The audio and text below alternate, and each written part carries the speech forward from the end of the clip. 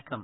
அமரர் கல்கியின் பொன்னியின் செல்வன் முதல் பாகம் புதுவெள்ளம் 53ஆம் அத்தியாயம் மலையமான் ஆவேசம். உங்களுக்காக வாசிப்பது ஸ்ரீ. அறிவைப் போலவே ஆற்றலும் ஆற்றலைப் போல் அனுபவமும் பெற்று முதிர்ச்சி அடைந்திருந்த திருக்கோவலூர் மலையமான் அரசர் கடைசியாக கூறிய வார்த்தைகளை கேட்டு ஆதித்த கரிகாலன் மூர்ச்சை அடைந்து விழுந்து விடவில்லைதான். ஆயினும் சிறிது நேரம் செயலிழந்து ஸ்தம்பித்து நின்று விட்டான். பார்த்திவேந்திரனும் வாயடைத்து போய் மௌனமாகி நின்றான். கடலும் ஓசை அடங்கிவிட்டதாக தோன்றியது. தூரத்தில் படகிலிருந்து பண்டங்களை இறக்கி மரக்கலங்களில் ஏற்றுவோரின் ஏலேலோ சத்தம் கூட அச்சமயம் அடங்கி நின்று போயிருந்தது.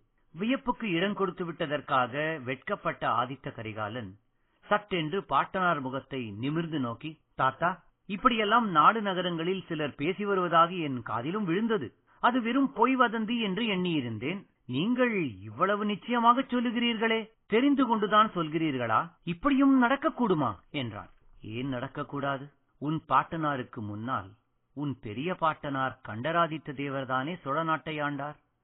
அவருடைய குமாரனுக்கு உங்களைக் காட்டிலும் அதிக உரிமை இந்த ராஜ்யத்தில் உண்டல்லவா என்றார் மலையமான் மிலாடுடையார். இல்லவே இல்லை. அந்த முழு அசடன் 4 வார்த்தை பேசத் தெரியாதவன், கையில் வாளெடுத்து அறியாதவன், பெண்ணாய் பிறக்கத் தவறி ஆணாக பிறந்தவன்.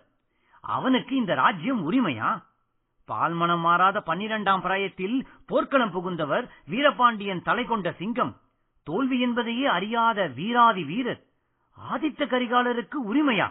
ஐயா மிலாடுடையாரே, வயதாகிவிட்டபடியான் இளைய பிராட்டியை பார்ப்பதற்கு முன்னால் வேறு ஒரு பெண்முகத்தை பார்த்து மயங்கியிருந்தால் என்ன செய்வது? உதாரணமாக அந்த பழுவூர் இளையராணி என்கிற மோகினியை பார்த்திருந்தால் என்றான். கடைசி வார்த்தைகளை அவன் சற்று தாழ்ந்த குரலில் கூறியபடியால் கிழவரின் காதில் அது விழவில்லை.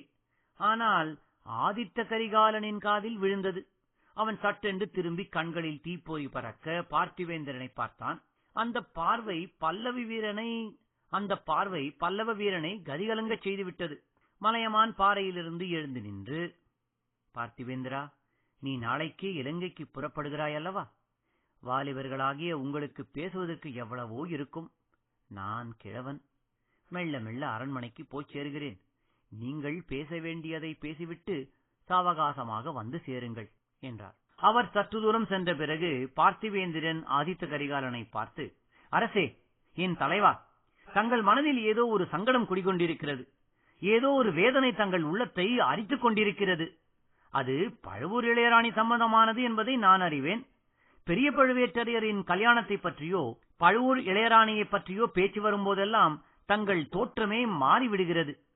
தங்கள் கண்கள் சிவந்து அனலை கக்குகின்றன. எத்தனை காலம் இந்த வேதனையை தங்கள் மனதிற்குள்ளேயே வைத்துக் கொண்டு புழுங்கப் போகிறீர்கள்? என்னை தங்கள் உயிருக்கு உயிரான சிநேகிதன் என்று 1000 தடவை கூறியிருக்கிறீர்கள். அப்படிப்பட்ட சிநேகிதனிடம் தங்கள் உள்ளத்தை திறந்து காட்டக்கூடாதா? வேதனை என்னதென்பதை எனக்கு சொல்லக்கூடாதா? பரிகாரம் ஏதாவது கண்டுபிடித்து சொல்ல எனக்கு ஒரு சந்தர்ப்பம் அளிக்கக்கூடாதா? தாங்கள் மனதிற்குள்ளே வேதனைப்பட்டு புழுங்குவதை பார்த்துக் கொண்டு எத்தனை நாள் தான் சும்மா இருக்க முடியும் என்று அடங்கா ஆர்வத்தோடு கூறினான். ஆதித்த கரிகாலன் ஒரு நெடிய பெருமூச்சு விட்டு, நண்பா, என் மனவேதனை என்றும் தீராத வேதனை, என் உயிரோடு மடிய வேண்டிய வேதனை. அதற்கு பரிகாரமே கிடையாது. ஆயினும் உன்னிடம் சொல்லக்கூடாது என்பதில்லை. இன்றிரவு சொல்லுகிறேன். இப்போது கிழவருடன் அரண்மனைக்கு போய்ச் சேருவோம். அவரை தனியாக அனுப்புவது உசிதமில்லை என்று கூறி பாறையிலிருந்து எழுந்தான். இத்துடன் 53ஆம் அத்தியாயம் நிறைவு பெறுகிறது. மீண்டும் அடுத்த அத்தியாயத்தில் சந்திக்கும் வரை உங்களிடம் இருந்து விடைபெறுவது சான் பிரான்சிஸ்கோ பே ஏரியாவில் இருந்து ஸ்ரீ. நன்றி, வணக்கம்.